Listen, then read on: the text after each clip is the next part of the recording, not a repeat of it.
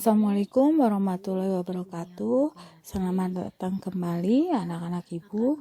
Hari ini ibu Nia Kurniati seperti biasa melanjutkan materi pertemuan dari mata pelajaran prakarya dan juga kewirausahaan. Hari ini kita akan membahas tentang kerajinan dari bahan limbah berbentuk datar.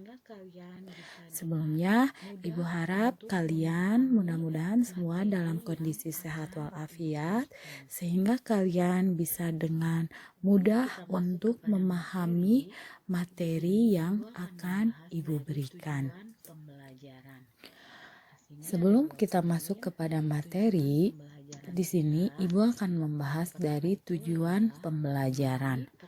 Di sini ada 2 poin dari tujuan pembelajaran kita.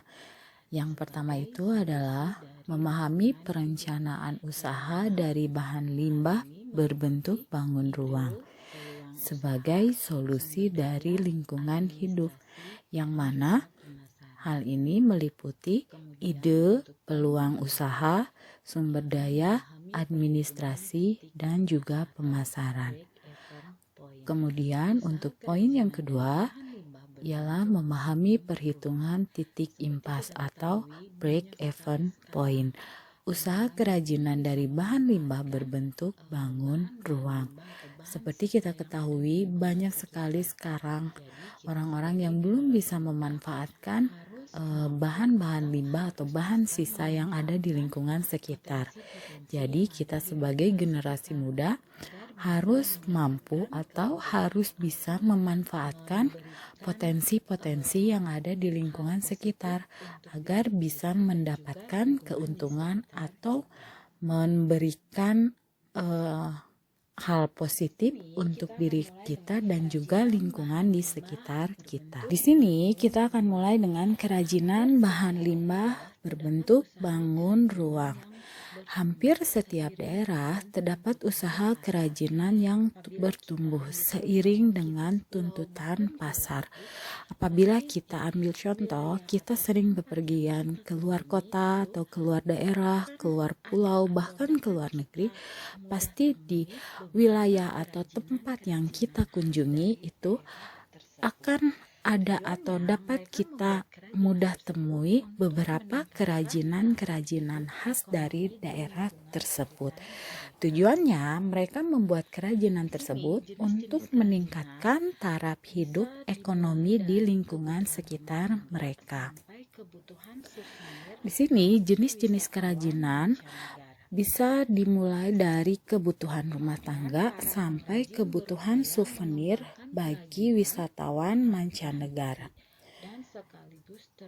Kemudian para pengrajin berupaya mengembangkan kerajinan tanpa henti dan sekaligus terdorong untuk memperbaiki dan memperbaharui karya-karyanya.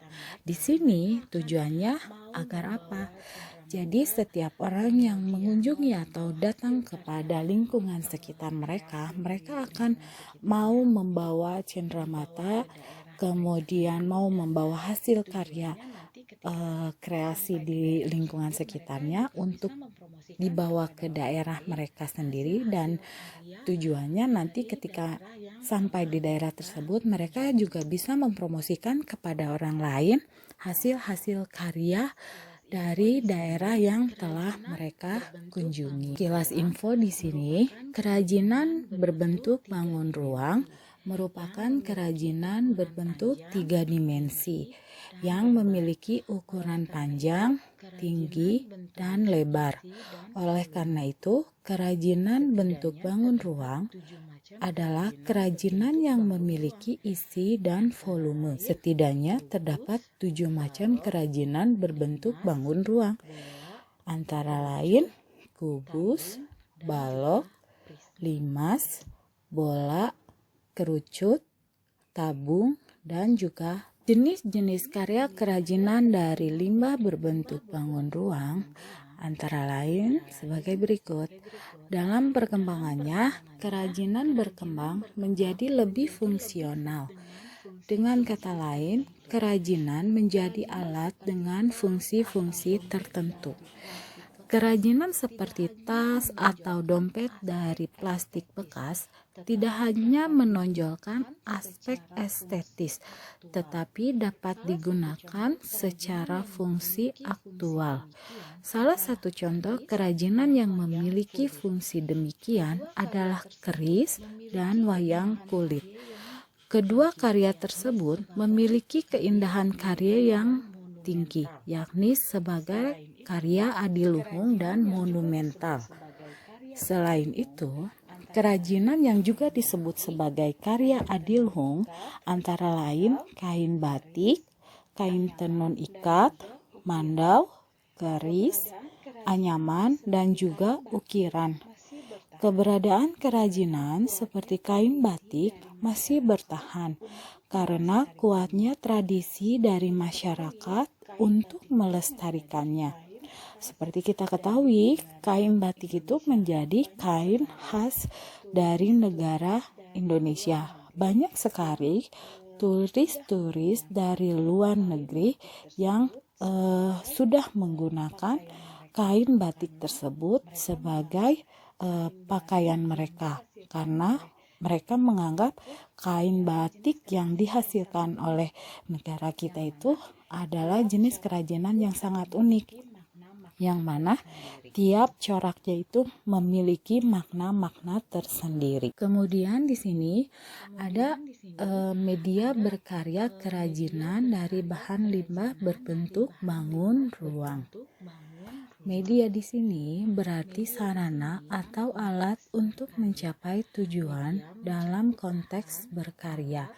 Media mencakup bahan, alat, dan teknik yang digunakan dalam berkarya. Maksudnya, ketika kita akan membuat suatu kerajinan dari bahan limbah berbentuk bangun ruang, pada awalnya kita harus memikirkan dulu media apa nih yang akan kita pakai, konteksnya seperti apa, alat-alatnya apa saja yang dibutuhkan, dan juga teknik yang digunakan dalam membuat hasil karya tersebut. Mengenal produk kerajinan dari bahan limbah bentuk bangun ruang. Potensi kerajinan dari bahan limbah, khususnya limbah kering di Indonesia, sangat banyak. Contohnya adalah pelepah pisang, kayu bekas, ranting, dan dedaunan yang sering kita temukan di sekitar kita. Berbagai bahan tersebut memiliki karakteristik, tekstur, dan warna yang alami, sehingga apabila diproduksi akan menjadi kerajinan yang artistik dan juga bernilai tinggi. Oke, pembahasan materi Ibu cukupkan sekian.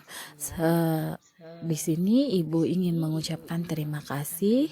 Yang pertama untuk Ibu Ketua Yayasan Pendidikan Handayani 1979, Ibu Dr. Hemi Hendrayati SIPMM.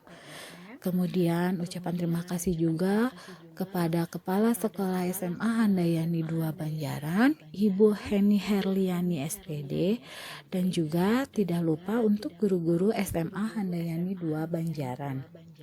Mudah-mudahan dari pemaparan materi yang Ibu berikan hari ini bisa membuat kalian mau berpikir lagi, kira-kira akan membuat kerajinan apa nih yang bisa menghasilkan penambahan ekonomi di kehidupan kalian sendiri. Terima kasih.